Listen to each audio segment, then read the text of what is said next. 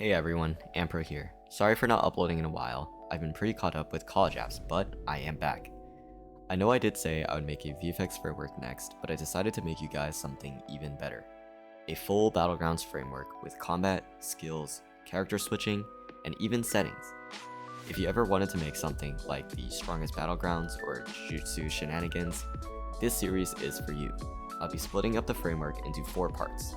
This video will cover the combat, and the other 3 will cover the skills I showed last time. I'm also thinking of doing a collab with you guys. If you end up using this framework to make a Battlegrounds character, you can contact me on Discord and we can talk about putting the character into a collaborative game. It'll be a great opportunity for any aspiring devs and a fun community event. I'm thinking of calling the game Open Source Battlegrounds since the framework is open source. Let me know what you guys think in the comments. Without further ado, let's get into the framework.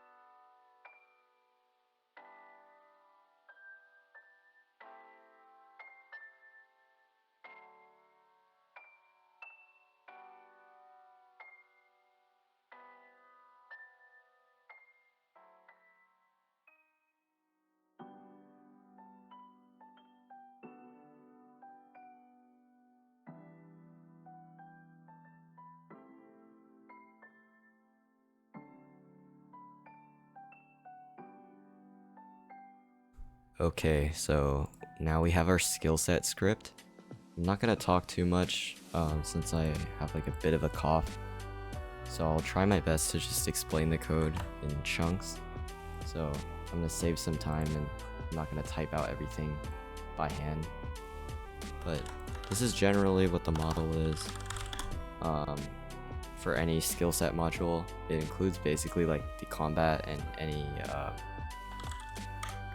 passives you might have on the character. So we're gonna start with like this. These are the skills, their inputs are here. You don't have to worry about this. For the M1 here, I don't think the cooldown is actually used at all. So you can ignore that. But for the blocking, I think it might have been used. I know it is used for dash.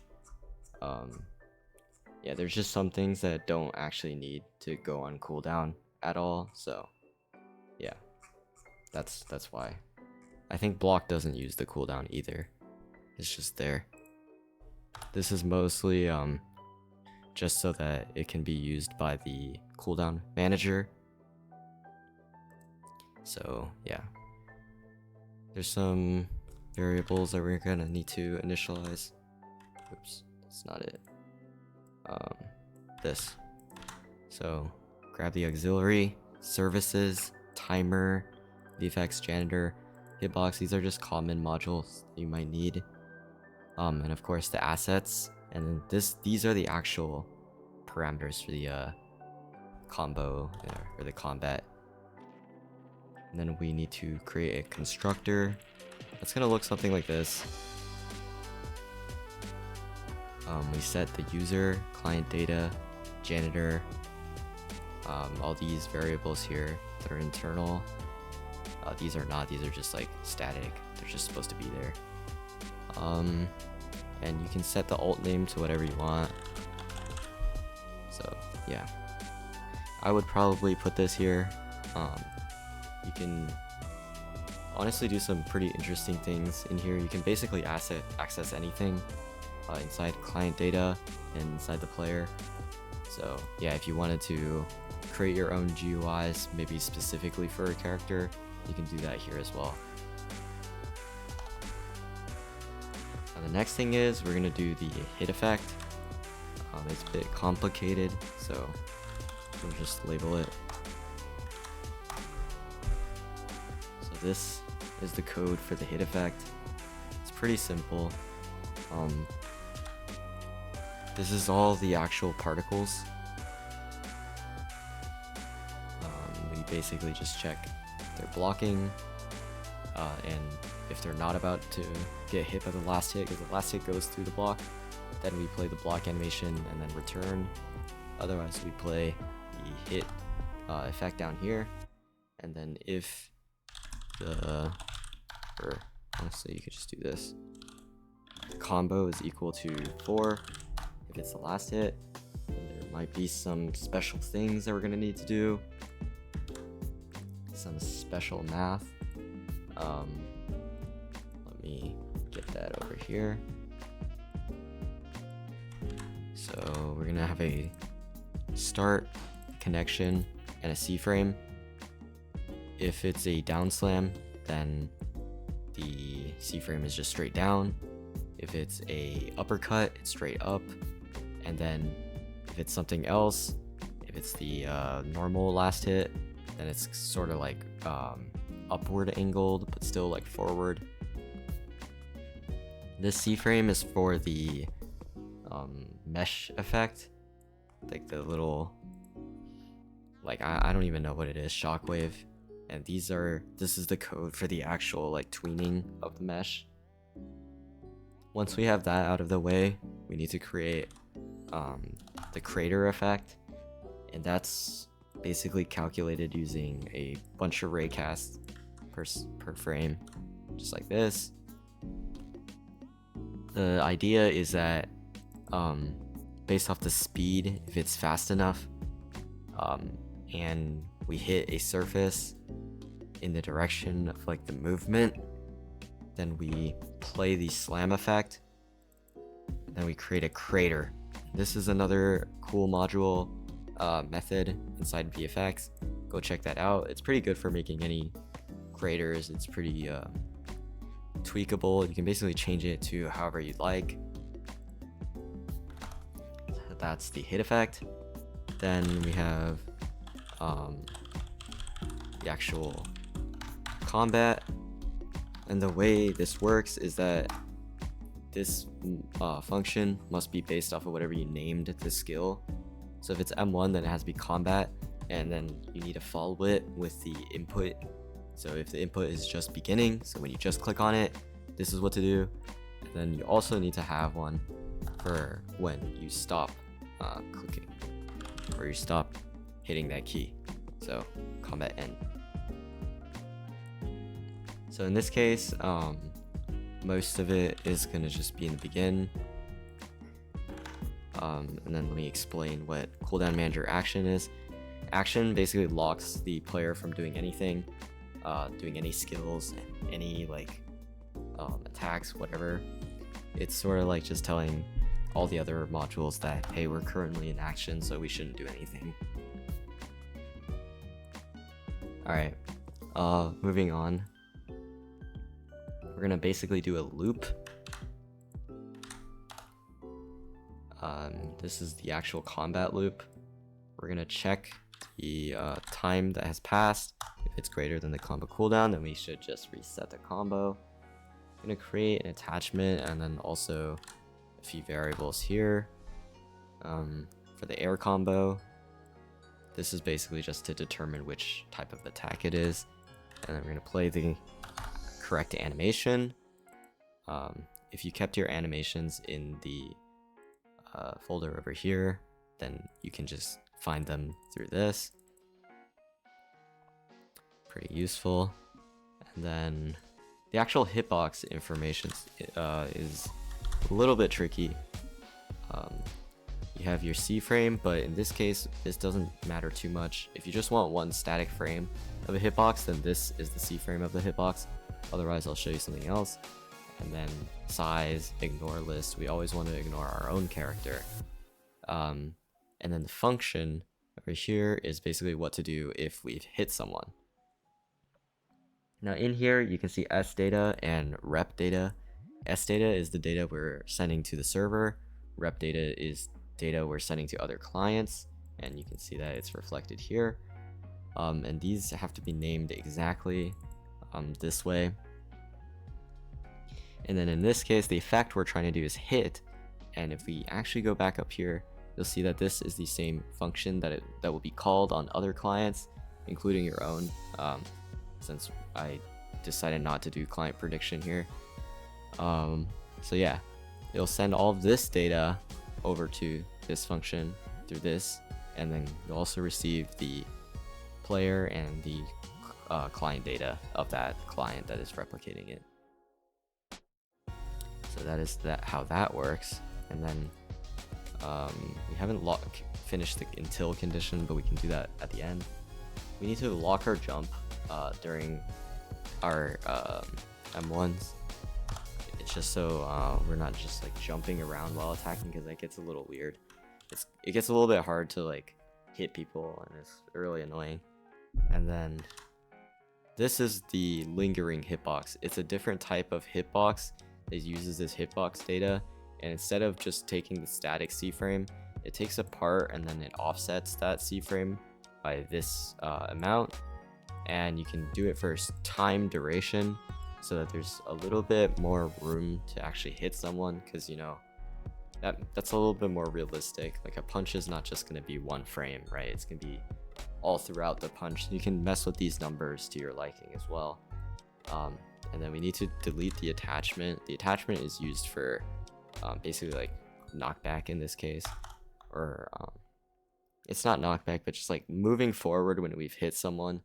That's a nice effect that I think most games have.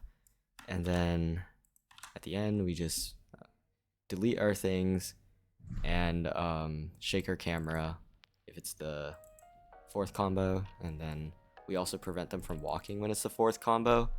That's just something I noticed that the strongest Battlegrounds had. And then otherwise, we just get rid of the lock jump, shake the camera a little bit, and then increment the combo. So yeah, and we do this all until we are not holding M1 anymore. And once we've done all that, we can free ourselves using free action, because action is like, are we doing something currently, right? So yeah, action is something that you need to be careful and watch out for. It locks all skills, all attacks. So yeah, use that. Cooldown only locks the specific skill from being used. Action locks it all. And then for combat end, it's very easy. We just simply get rid of M1 held if we're currently holding it. Okay. Next, we're gonna do the dashing. Dashing is actually pretty annoying to type out. It's a lot of raycasting and making parts. So this is how it works. I'm gonna basically just paste this entire thing in because it is just so long. It's ridiculous. I'll make it formatted so that it looks a little bit nicer. But yeah, it is pretty thick. So I'm gonna grab that and paste it. So what's going on is essentially we are creating random rocks using auxiliary.random. Auxiliary.random is useful because we don't want to be creating a math.random every single time. You can if you want. I don't know if there's much of a difference. I just saw that somewhere that they said a different type of random was a little bit better. So this is that way of calling it. So you can use this, and then we cast like a ray to our right and to our left, and with just a slight bit of offset, which is created like this, and through that, if we have something on our right, then we create a rock on our right, and if we have something on our left, we create something a rock on our left. So yeah, it's pretty, it looks pretty long, but it's really simple. And then we also use this part appearance from ray result. If you ever need to copy the properties of a part based off of a raycast, then just use this. That's another handy VFX function. So yeah, make sure you guys check out the auxiliary functions. There's so much in here. Now let's do the actual dash. That was the dash effect. So we need a dash begin, and we also need a dash end. So let's put that in here. Nothing happens in dash end since it's not like a hold dash or anything. But this is how we do cooldowns. We do cooldown manager on cooldown dash and return. This basically says like, hey, if we're on cooldown, then we should not do anything after. And then this is how you put something on cooldown. You just call cooldown on it. And the way this cooldown system works is it uses this data right here. So it'll put the dash on cooldown for 2 seconds. And also during a dash, I don't think we want people to do anything, so just use action, lock the character, or lock the player. And then what's next is some direction finding and basically preparing for what's gonna happen next.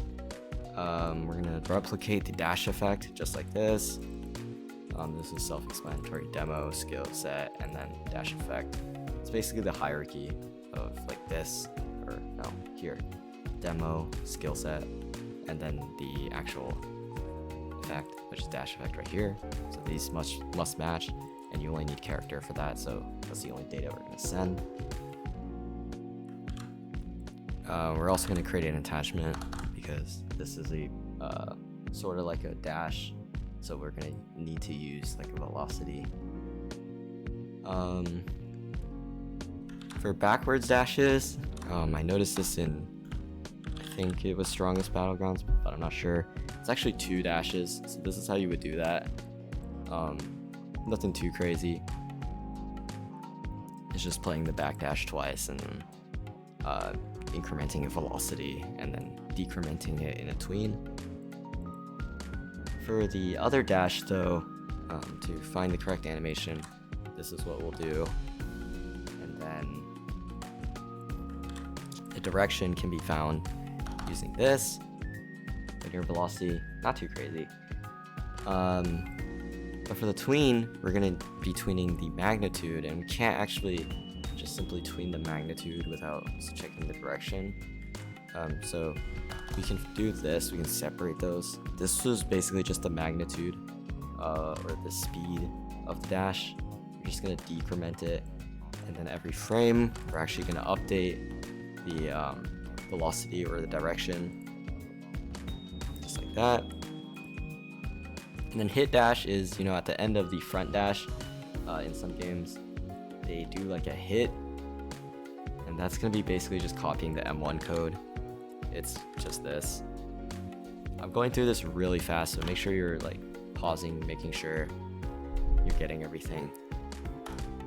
Just doing it for the sake of the time of this video. And then after all of that, oh wait, oops, I definitely made a mistake, it seems. Yeah, this should be up here. Whoops. Yeah, this is correct. And then if we didn't hit anything, oops, no. If we didn't hit anything, then we can just call this stuff preemptively. It's basically like this, or not preemptively, just later. If this would be calling it preemptively. We just call this, tell everything to destroy itself, and then we're good. Free the action, our player can do stuff again. And that is also at the end of here, and yeah. Dash end has nothing. For the block, it's, honestly I could copy both parts over. We have block begin, cooldown manager can action, then we action it, play the block animation, lock the jump, slow our player down. Oh, it's actually not locking the jump. This is supposed to be slow. I guess you can jump during the block if you wanted to not let that happen, and you can add a lock jump to it. I had this named slow, so this is actually a slow, not a lock jump. That's my bad. And if you want some security, you can actually do this. You can freeze the demo skill set so they can't change any of these values here, or any of these functions either. So if we run our game, we should have all the client side stuff. It's gonna error because we don't have the server side, and that's fine. But you can see that all the effects and stuff are playing. And appropriately too. So yeah, we've got the client side done. Now let's do the server side. So go on over to skill set server. In skill set server, it's basically just the hit function, I think. I'm gonna copy over a bunch of dependencies. These are things that you might use in that. Like that. And the hit function has two inputs: the player by default, and then the data that we're sending. So if we go over to combat begin and go to sdata, sdata is basically everything that we're sending, right? The difference is that out of sdata, the only stuff that's readable here is the data inside here. Because this stuff is basically unnecessary. We don't really need this. So it's just this. So don't get, it's just this. So don't get this sdata confused with this one when you're doing it. You could honestly change this name if it makes you confused. So yeah, if it's not, if they're blocking and we're not on our last hit, it means that they've successfully blocked our attack, so we don't do anything. Otherwise, it means that either they're gonna get hit through block or they're not blocking, and either way we can remove tag, because if the tag's not there, it just doesn't do anything. And then you can do the stun stuff here, just like so. And then now we got to do all the different types of knockbacks. So this is for all of if it's combat, or if its combo is equal to 4, then this is for the down slam, this is for the uppercut, and this is for normal. You can see the math here. Nothing too crazy. Otherwise, right, if we are not doing that, then we just do a simple little knockback backwards. Just like so. Alright. And then there's a few other things. We just need to add the blocking things, and that's so short. I'm just gonna put it here. Let's run it.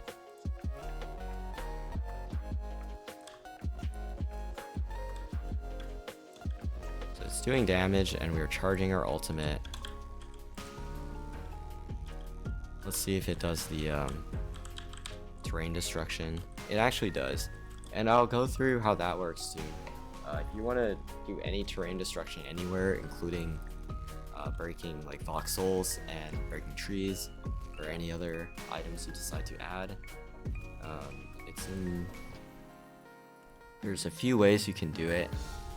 The main way is by calling destroy terrain on the client, because it's just a little bit more efficient that way. Just like so. You give it a C-frame, basically, a radius, and then whatever it hit for the raycast result, and it'll just destroy anything in that radius. The other way is calling it on the server. I would recommend not doing that because it is more inefficient, and that's through common methods.ragdoll, which I believe, well, I could be wrong, let me see. No, yeah, it's not common methods.ragdoll. You can call common methods.destroy terrain as well. Common methods is like the auxiliary, but for server side stuff only. I wouldn't recommend calling this because it gets laggier as you hit more stuff. So yeah, just stick to doing all the terrain destruction on the client. So yeah, that's about it for the combat. The next video I'm gonna make is gonna cover the I think I'm gonna do the lightning blasts first, and then the thunderclap and flash, and then thunderbolts. So if you guys enjoyed this video, make sure you subscribe. This video, actually no, let's see, what's a good goal? How about this? If we can get our channel to 15k subs, so like that's 700 subscribers, then I will completely open source. So I'm going to basically give away skill set and skill set server, including this base file as well, on my Discord server. Let's see, maybe in a month, or not, 2 weeks. 2 weeks after release, if we hit 15k subs, I'll give you guys the script. You don't have to like copy it down or anything. I personally would encourage you guys to write it yourself, so you're actually like reading what you're writing, so you start understanding what's going on. That's like the best way to learn, in my opinion, or that's how I learned. So yeah, I would advise you guys to do that. But if we hit 15k subs, I will do the big giveaway or whatever to everyone inside my Discord server. So make sure you're in that too. The file is also there, so yeah, just join the Discord server. So yeah, without further ado, I'm gonna end this video. Thank you guys for watching, and I will see you guys next time.